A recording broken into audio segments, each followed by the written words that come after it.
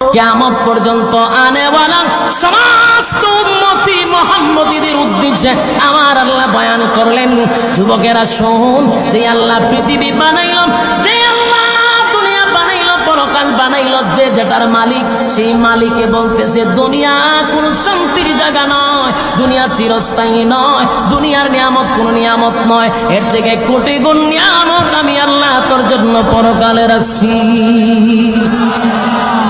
দুনিয়ার যত বড় বাদশাহী হন, কিন্তু যখন অস্থায়ী কথা হয় না। আর রব্বে কারীম বলে, বান্দা শুন,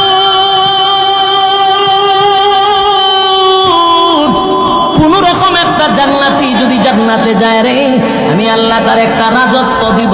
এই রাজত্বটা হবে এই পৃথিবীর 10টা পৃথিবীর সমান।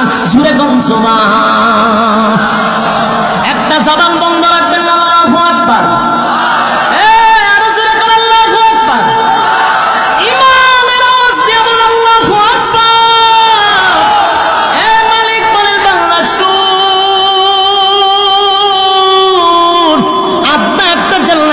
জান্নাতে যায়, একটা দুইটা নয়, এই পৃথিবীর 10টা পৃথিবীর সমান আমি আল্লাহ রাজত্ব দিব গো।